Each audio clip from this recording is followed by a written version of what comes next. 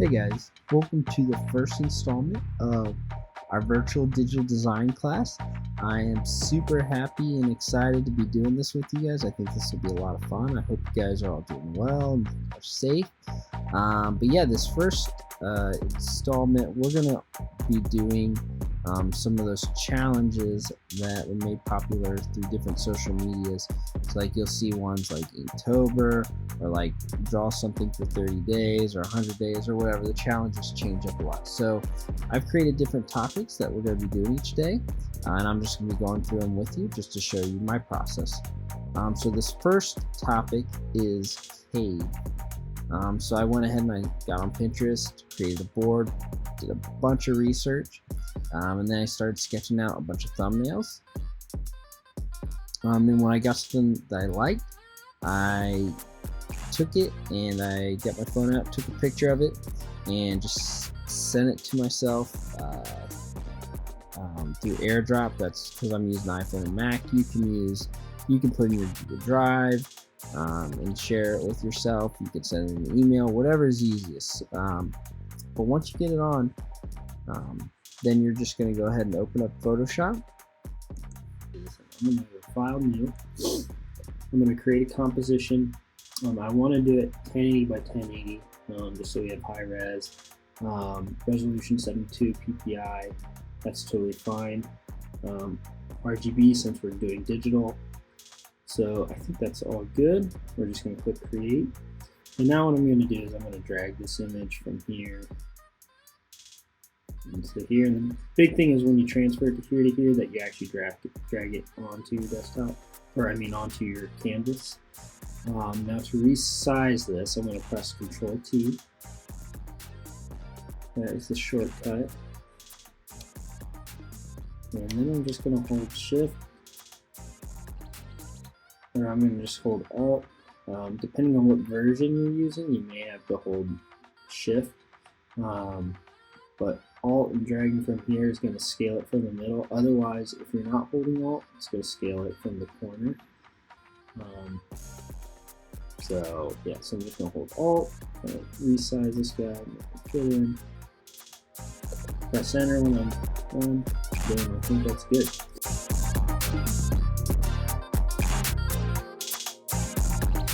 So I might come over here, and I'm going to get my brushes out. I'm going to come down here to my brushes. The shortcut is B, and I'm just going to, real quick, let's see, get the black color. Just take this all the way to black. All right, boom, we're good. So to get set up, what I'd like to do now that it's dragged into here and that it's sized correctly, I'd like to lock this because if I accidentally draw on it, it screws things up. Sometimes I'll just make a copy of it, pressing Control J just as like a backup, just in case, and I'll usually drag that underneath everything. So now I have that, I'm going to go ahead and create a new layer, and this layer is going to be called my outline. And this, I'm just going to use this to outline this character. You guys, please feel free to do this in your own style. This is just kind of the style that I'm experimenting with. So I'm going to get my brush out. Let me check the settings. You have the hardness is about 60, 15 size. That's perfect. And now I'm just going to start editing this. This is the nice thing about doing it digitally, is that now I can really take this initial sketch I have and really make it something a little bit cooler. So I'm going to just start sketching.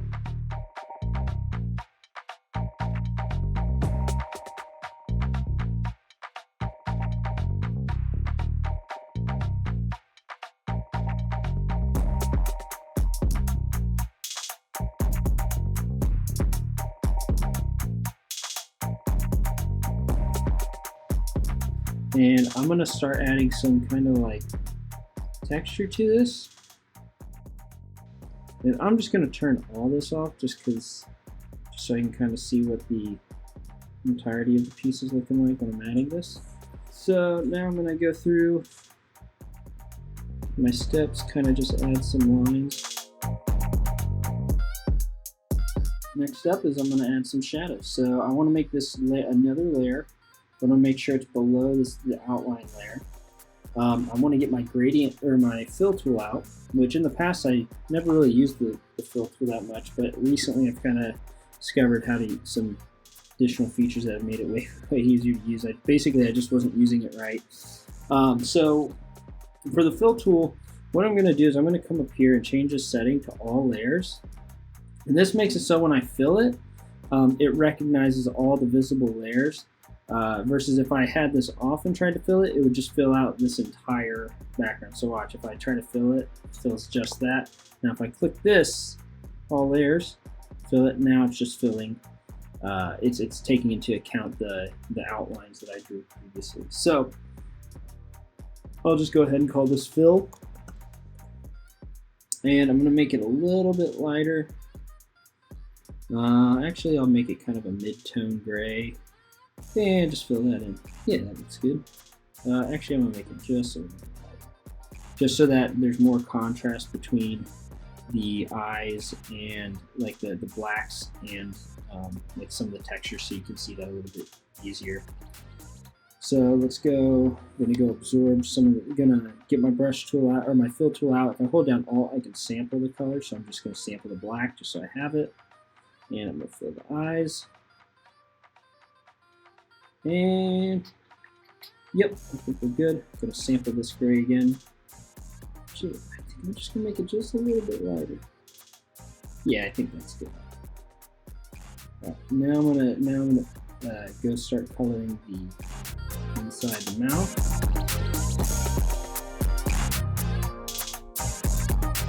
I'm going to go ahead and add another layer.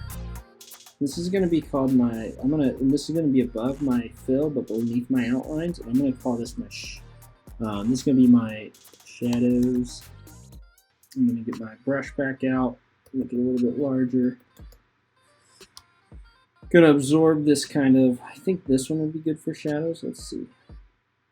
That might be too dark, so I'm going to absorb this one. Yeah, there we go. Alright, now I'm going to go get my brush back out, and this time I'm going to absorb this color, and I'm going to make it a little bit smaller, and this will be kind of like the lighter side of the mountain.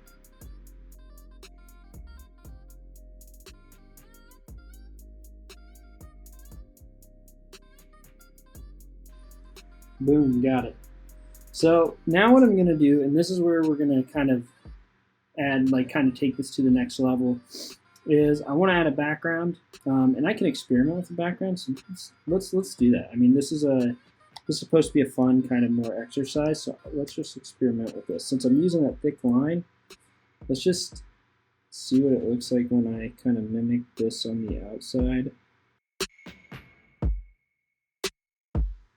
And my hope is that as you guys are doing this, that you're learning a little bit about what you like, what you don't like, and just really experimenting with things. So that looks kind of cool. So now we can kind of do the next thing, which is to add an actual background color. So I'm going to go to my adjustment layers, click on this solid color.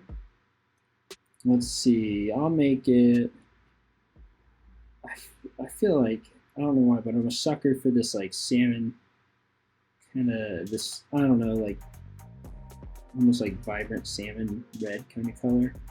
That looks pretty cool. The one thing I'm not digging, maybe I need to draw a stroke around this. So here, let's try this.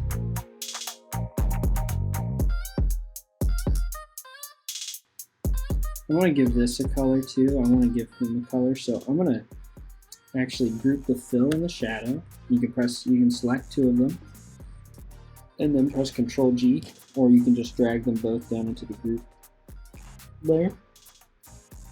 So we'll just say, we'll call this the gray, because it's pretty much where all the gray is. We'll add another adjustment layer. We'll add a gradient adjustment layer this time. Yeah, that's what we're going to do. I'm going to add a gradient adjustment layer. I'm going to just do it black and white. Actually, I'm going to make it a little bit darker, or I'm sorry, a little bit lighter. And this one, the highlight a little bit darker. And then I'm going to change the angle so that the dark part is in the bottom right hand corner. And then what I'm going to do is where crazy stuff happens. If I hold down Alt while I'm in between the gradient fill and this gray group that I made, it's going to make it so it only applies to the layers here. So here, I'll show you. So we can do that, and then if we change the adjustment, the blending mode, we can change it to an overlay. Boom, got it as an overlay, and that's just going to add that subtle, like, shadow to make the darks feel dark, lights feel light. And then I'm going to do one more thing where I'm going to add I'm going to add a solid color. And we'll go, I don't know, what's the opposite? Let's just try, green is just so intense. There's something nice about it. Ooh, that's nice, like minty green. I'm going to hold Alt again in between the color fill and gradient fill and just apply it to this. And I'm going to go to soft, let's do soft light. That looks a little bit better. But now I can kind of see what color. I think that's good. So I think we're going to call this a wrap. I think our first daily draw is done. So thank you guys for joining me. I hope you guys enjoyed it. I hope you guys turn out really cool. Remember, this is just this is supposed to be a fun example. If you guys don't have Photoshop or you guys don't have any sort of like digital software to assist you with this, by all means, like, you can still do this with a pencil, paper. I mean, some pens, some really anything you can draw with. If you want to do this with chalk, go for it. The goal again is to just kind of work more on the concept and kind of just start creating quickly, so that you can start figuring out what you like and what you don't like, and hopefully discover your style a little bit more. So that's going to wrap it up. Thank you guys for joining me, and I'll see you guys tomorrow.